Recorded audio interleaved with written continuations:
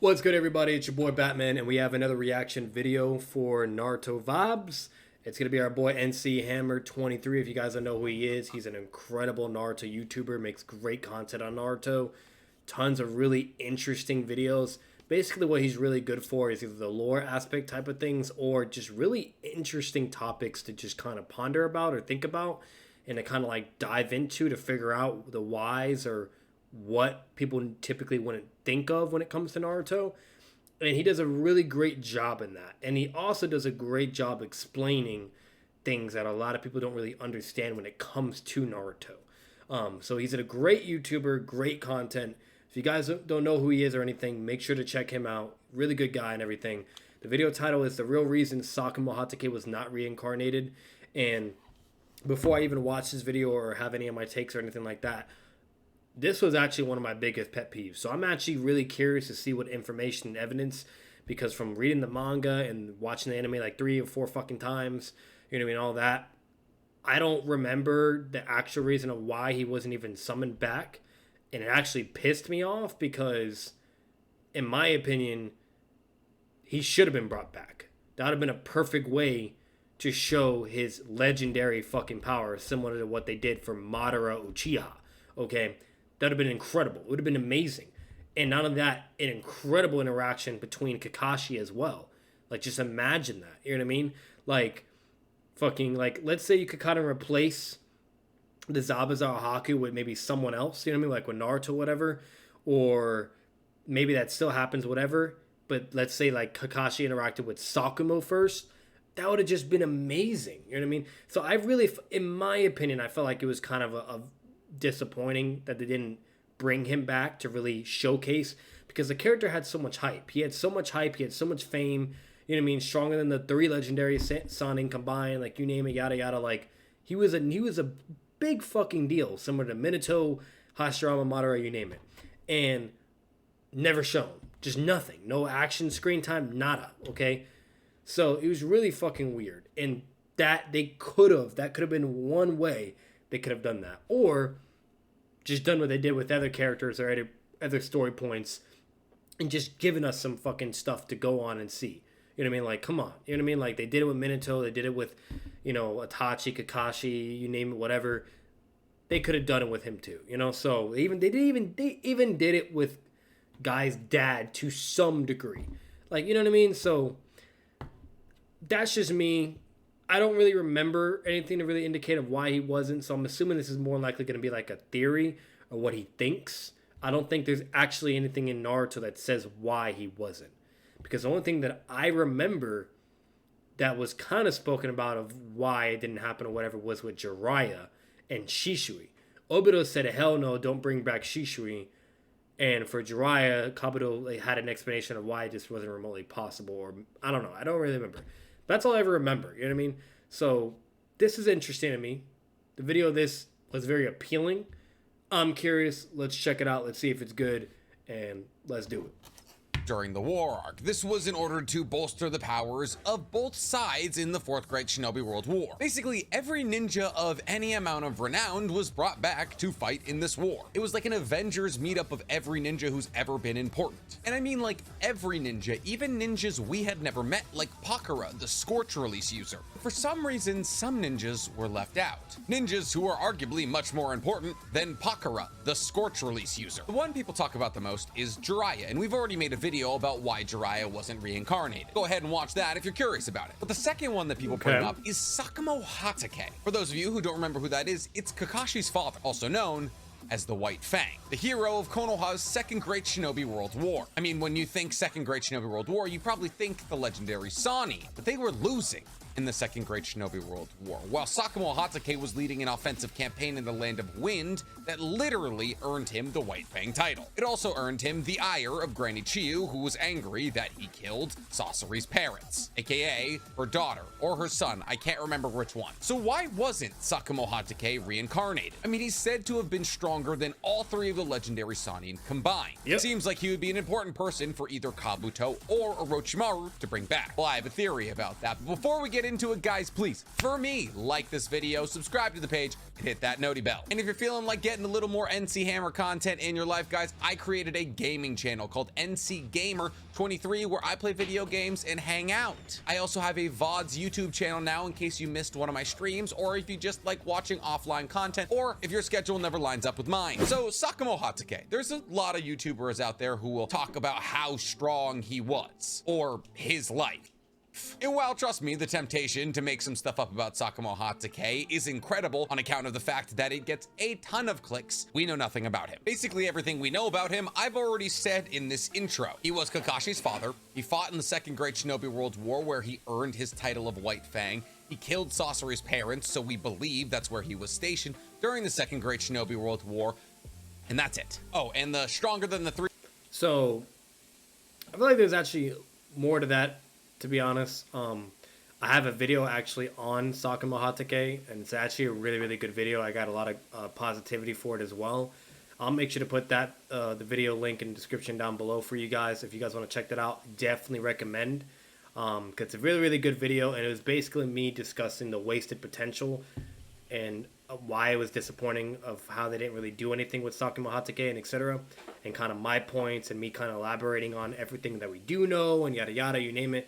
So it's a pretty good video. And if you guys haven't seen it, I'll put it down. If you want to check it out, definitely check it out. And you'll be able to get a lot more if that makes you feel any better. Because he said, you know, like the basic points of Sasuke Mahotake, but if you really dive into it, there is a lot more.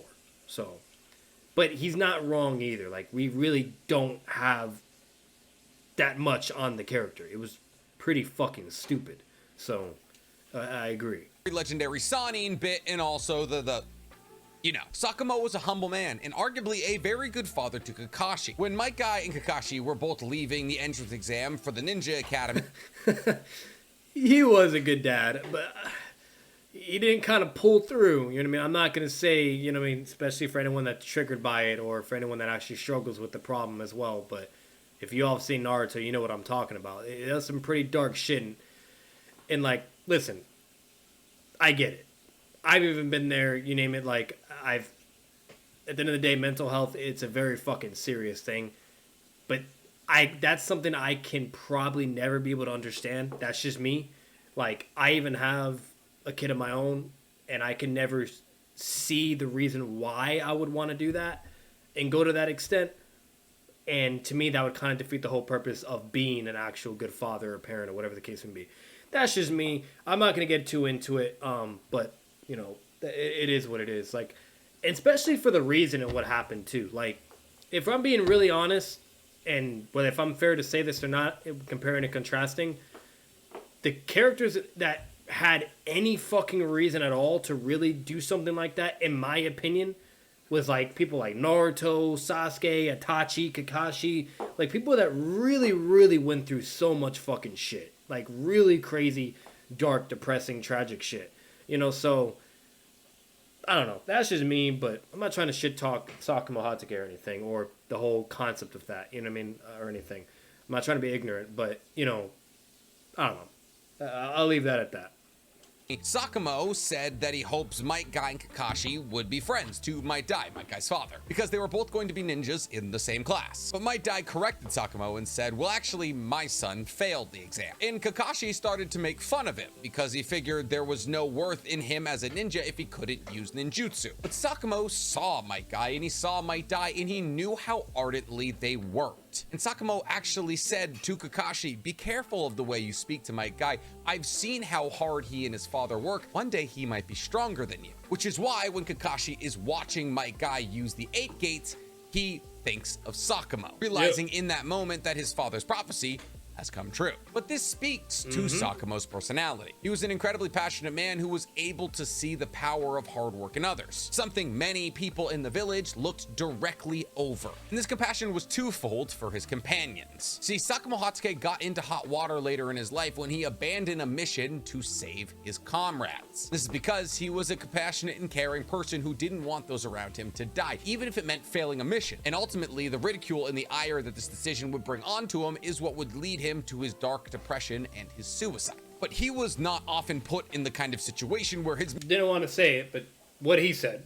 So mission was going to fail because he was so incredibly powerful that Iwa shinobi, when they came across Kakashi as a child, were afraid of Kakashi because they thought he was his father. Just imagine this is that. obviously during the Third Great Ninja War. Imagine being afraid of someone so bad that you think their own son, a kid, that has some, like, you know what I mean, like, ways to kind of indicate Sakumo, the white legendary white Fang, and they're over here shitting their pants like, oh wait, oh no, you know what I mean, like some Minato level shit, like run on sight, you know what I mean, and you know, and like just that level of fear, like just, it's insane, bro, you know what I mean, like in fucking insane, like characters that we know that have kind of brought out that level of fear, or you know, or being intimidating, with characters like Minato, Madara, Hashirama, Sakumo, you know what I mean, or even the Sonic to some form or degree. But if we're really talking about the big dogs, the first characters that I basically listed,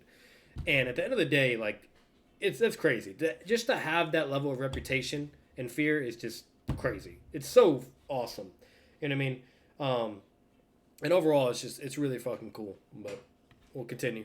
And here's the thing, the fact that Iwa Shinobi knew who the White Fang was and knew to be afraid of him implied that Sakumo had not only been in the hidden sand, but the hidden stone, meaning that he had...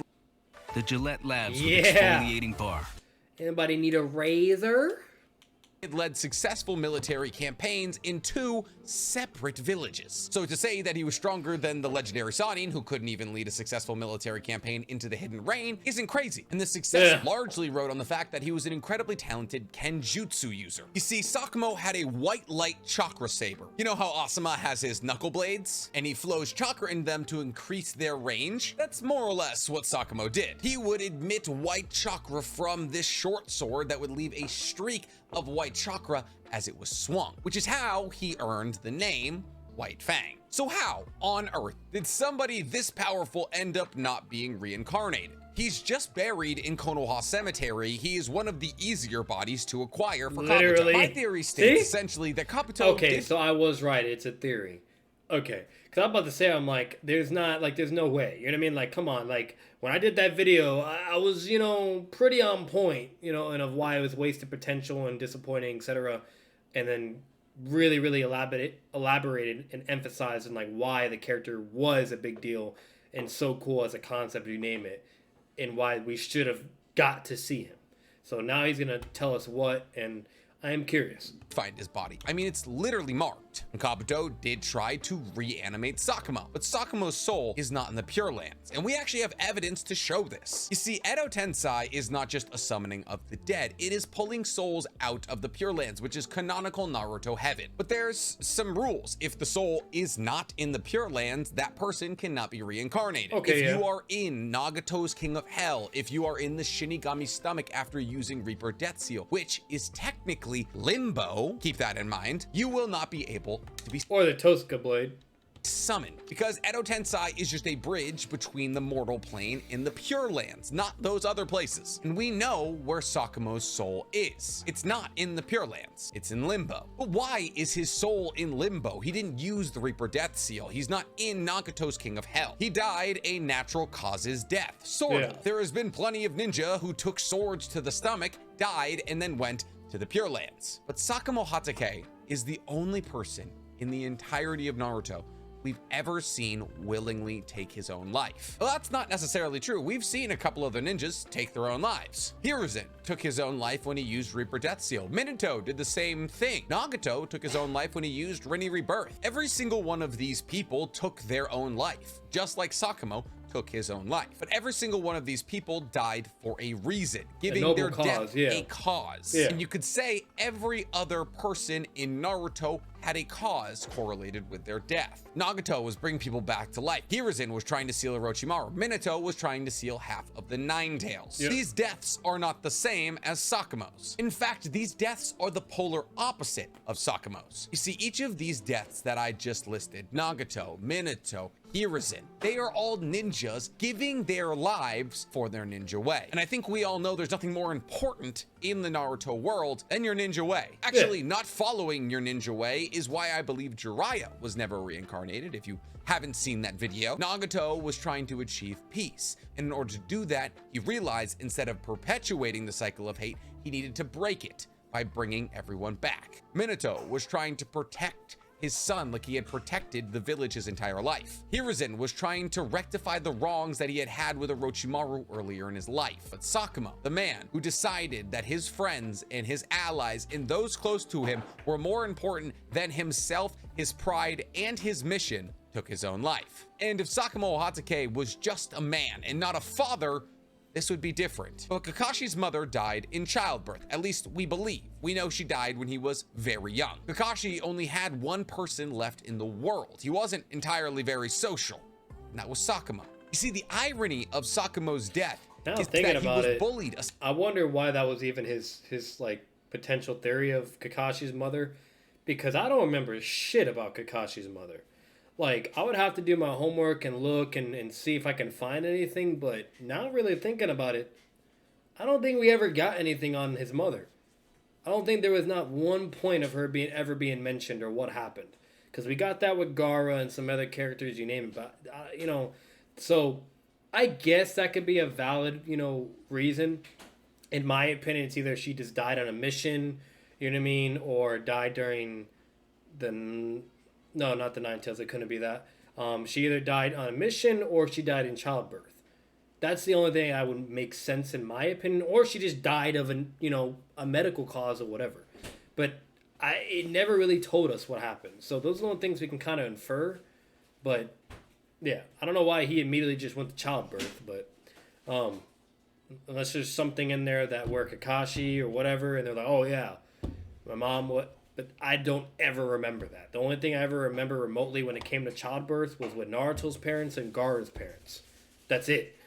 So that's, but other than that, it's interesting. Essentially by the village into killing himself for abandoning his mission for his comrades. But by killing himself, he was abandoning his mission as a father and abandoning his comrades. His son. This very moment, this one sweep of a sword is a complete contradiction to Sakumo's entire personality. A usually empathetic and caring man driven to do something incredibly non-caring and empathetic. You see, because...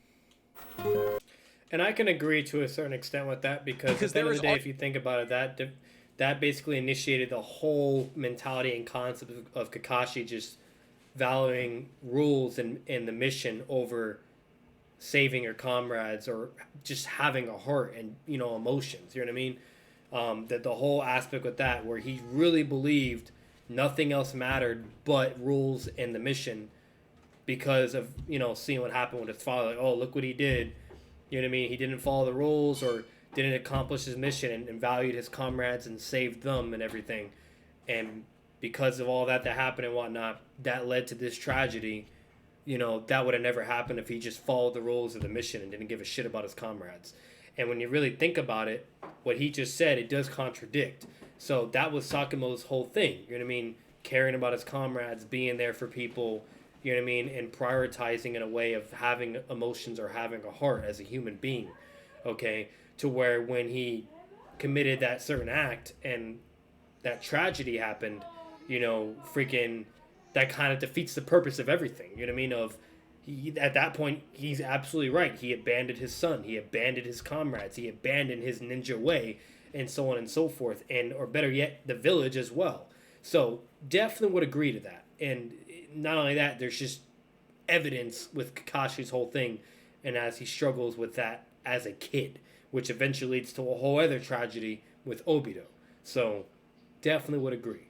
Arguably nothing more selfish than taking your own life. You do not kill yourself, you kill the world. And everybody around you takes the burden of the depression you had in your living life onto them. So in this one final moment of his waking life, he, in the biggest stage possible, abandoned his comrades. And as the only person in Naruto lore who died contradicting his ninja way, he wasn't given the access to the Pure Lands. But was this of his own volition, or was it the volition of a greater being, maybe even a god? You see, there's no real way we can ascertain whether or not it was him or a greater being that kept him out of the Pure Lands. All that we know is that when Kakashi dies of chakra overusage against Nagato, he enters limbo. Because we see Kakashi enter limbo, we can assume that anybody who dies goes to limbo for at least a small amount of time. Or those with massive unresolved feelings on the mortal plane, like Earth, enter limbo if they die. That makes sense. Kakashi still felt like he had a lot he needed to I don't know if you guys have ever seen the show Lucifer, but it's kind of similar to that,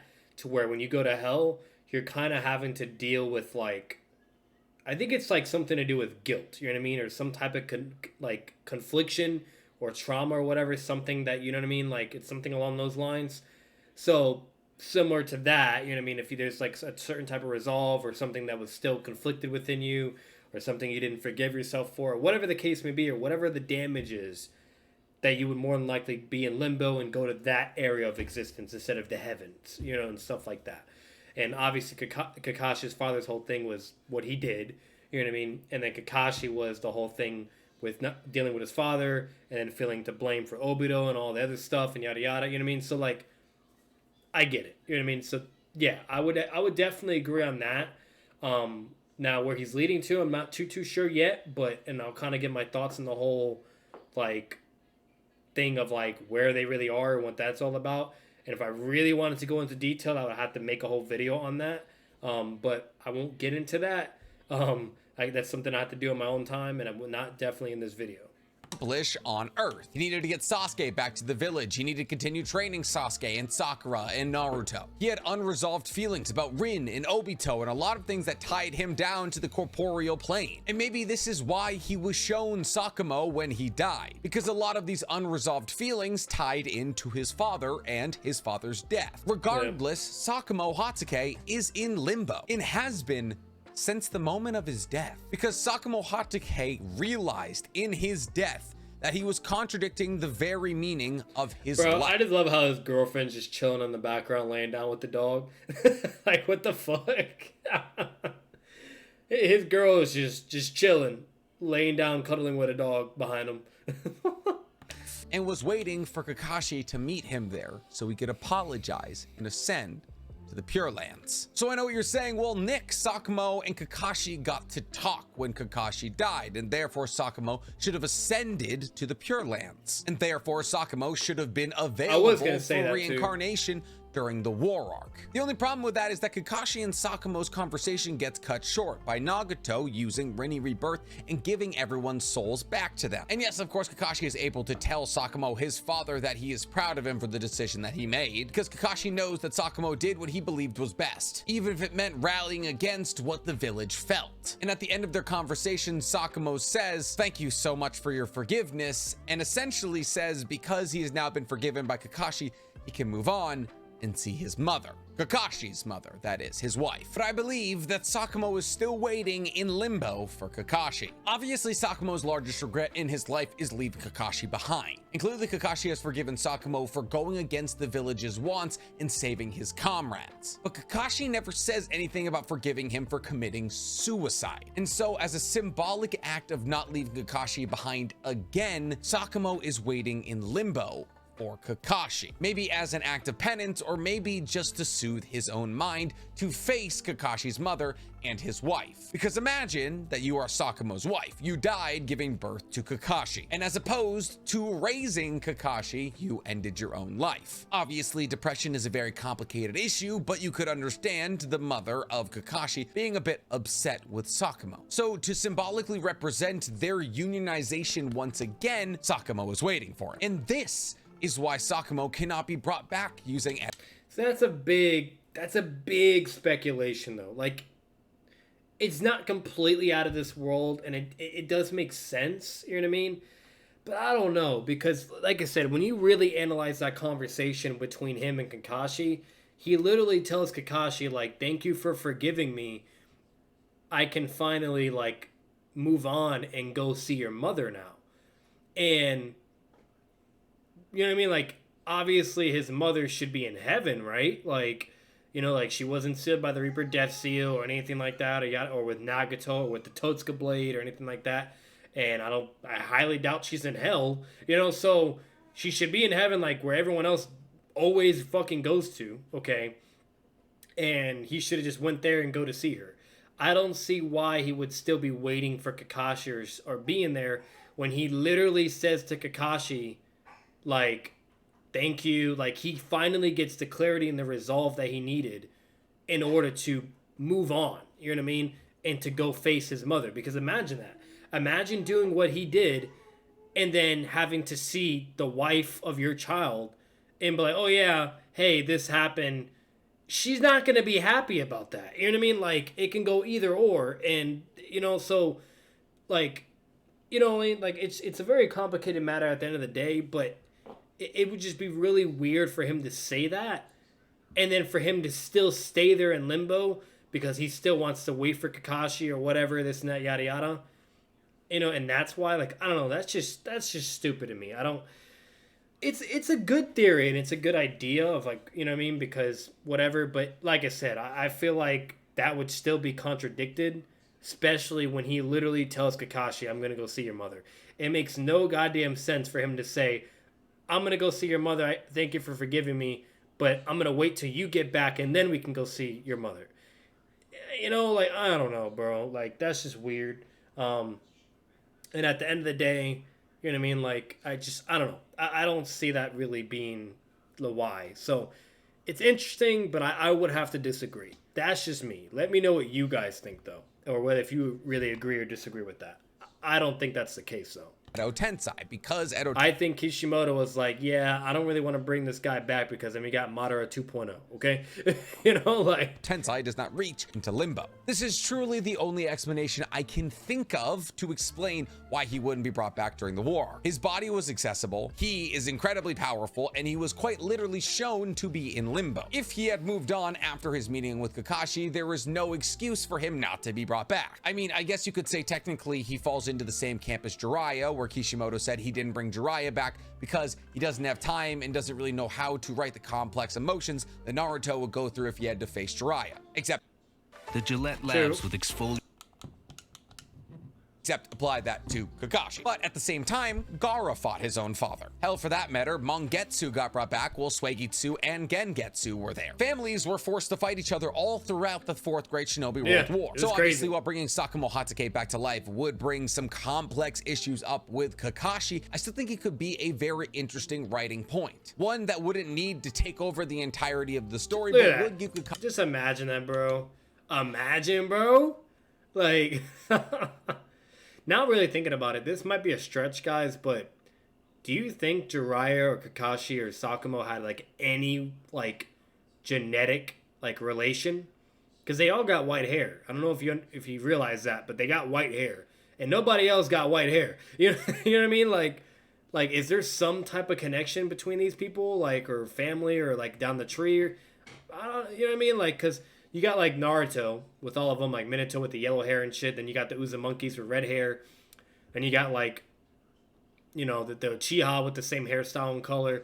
So, I don't know. I'm just saying, you know, pattern-wise and all that, like, was there some kind of family tree going on? Was Jiraiya somehow, some way maybe related to Kakashi and he didn't even know? Who the fuck knows? I don't know. But I'm just putting that out there. An interesting moment for growth. I mean, because think of some of the people that were brought back to life during the Fourth Great Shinobi World War by Kabuto. Gengetsu and Mu had been dead for tens of years. They killed each other during the First Great Shinobi World War. How did Kabuto know where to find the third Raikage's body? It was on a random battlefield somewhere between the Hidden Stone and the Hidden Cloud. There are multiple people that were reincarnated during the Fourth Great Shinobi World War that were incredibly hard to find. Yet Sasuke Mahotake is in a named grave in Konoha, and yet he wasn't brought back to life. I truly think my theory is the only one that makes a lot of sense as to why this wouldn't happen. But what do you guys think? Tell me in the comments below. Man. And while you're down like there, I said, it's a good theory. He's gonna get a like. It's a good video. It's a good theory, and I'm gonna pull up his channel this way. If you guys don't know, he has tons of incredible videos, really cool thumbnails, really great guy for Naruto content. So if you're a fan of Naruto, definitely check him out, support him, subscribe, the whole 9 yards. But I don't know. You know what I mean? Like, I'm gonna be real with you guys. Like, fucking, when it really comes to it, like, you know, I don't see I don't think there really is a valid excuse. I just don't see it. You know what I mean? Like, it's just fucking stupid. You know what I mean? Like, if Sakumo never had that statement to Kakashi that I thank you for forgiving me, I can finally go see your mother, then I would understand. Maybe. You know what I mean? Or whatever. I don't know. You know? And go from there. But to me, it doesn't make any sense.